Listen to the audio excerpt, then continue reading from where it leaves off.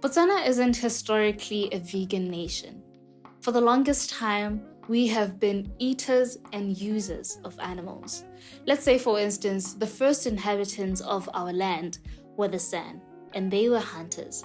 In modern times, we have evolved and started to adopt animal husbandry as an integral part of our lifestyles, even to the point of beef production being the third largest contributor to our economic revenue. Now that is our lifestyle, and the West, well, that story is a bit different. They have veganism there. Veganism, just to define it, is a lifestyle whereby an individual would choose and voluntarily give up the use and the consumption of animals and animal products in their lives, be it in fashion or eating and it being consumed. That is what veganism is all about.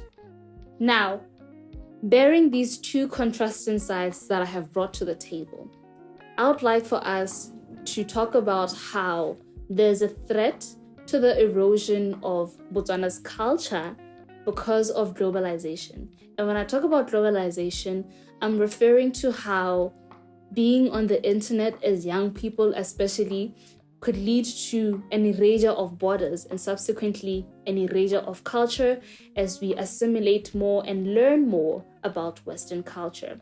So basically in this video, we're going to talk about the culture of Botswana, the history of Botswana in terms of fashion and veganism, as well as the vegan movement from the global north.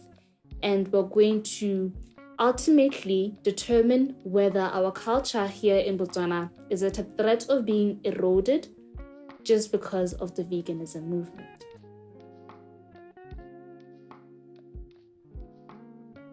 Botswana have always been lovers of nature. We've always respected nature. From the San that I already mentioned earlier, when they would hunt, they used everything that was in their surroundings.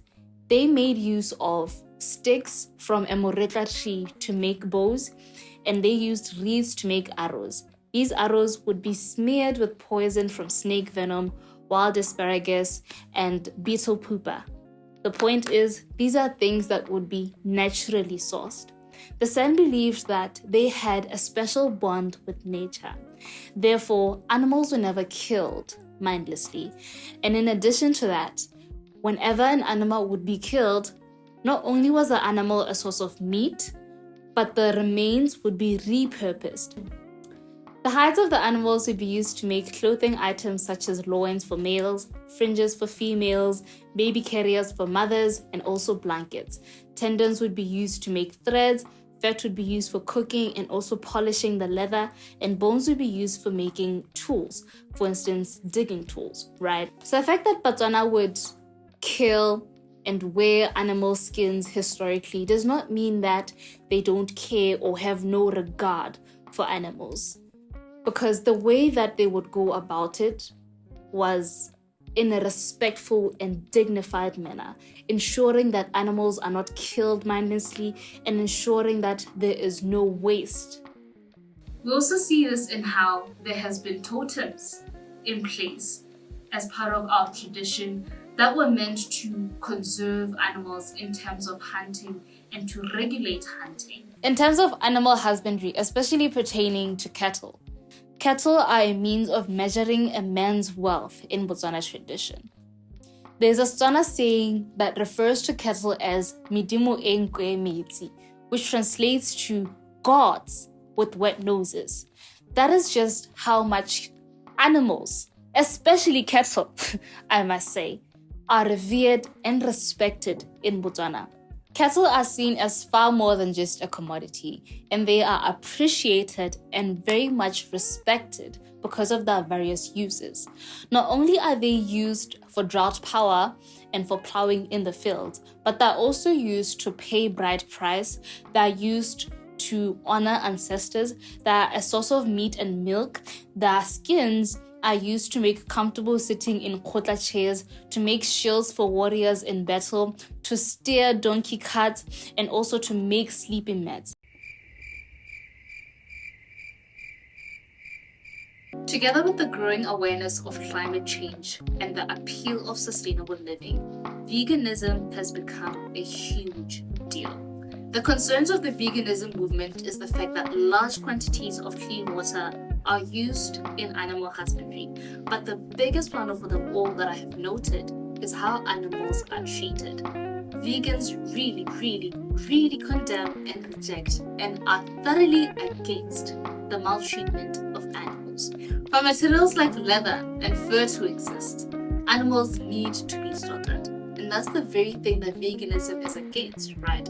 Now, the use of animal skins in fashion starts to become a concern where now there's a growing demand for the clothing that is made using animal skin, while animals will repeatedly die at a higher rate than they usually would.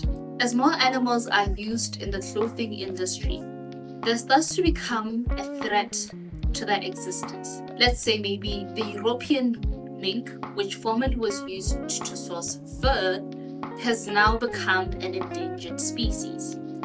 A solution that has been provided by the veganism movement is vegan fashion. And just like veganism itself, vegan fashion aims to exclude materials that are animal derived when it comes to fashion, and it supports sustainability, sustainable fashion. And I'm sure you've seen that word flying around somewhere, right? However, not all vegan fabrics are environmentally friendly. Currently, around 60% of our day-to-day clothing is made from plastic-based fibers.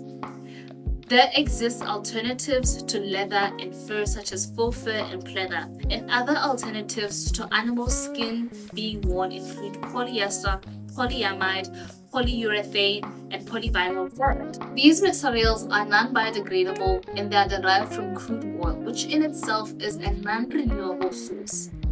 Additionally, several greenhouse gases that are quite harmful are emitted in the production of these alternative materials. So while animals are spared from being slashed with this alternative, the environment is still suffering greatly. About 20% of global wastewater is a result of the harmful chemicals that are used and the fossil fuels that are generated in this textile industry.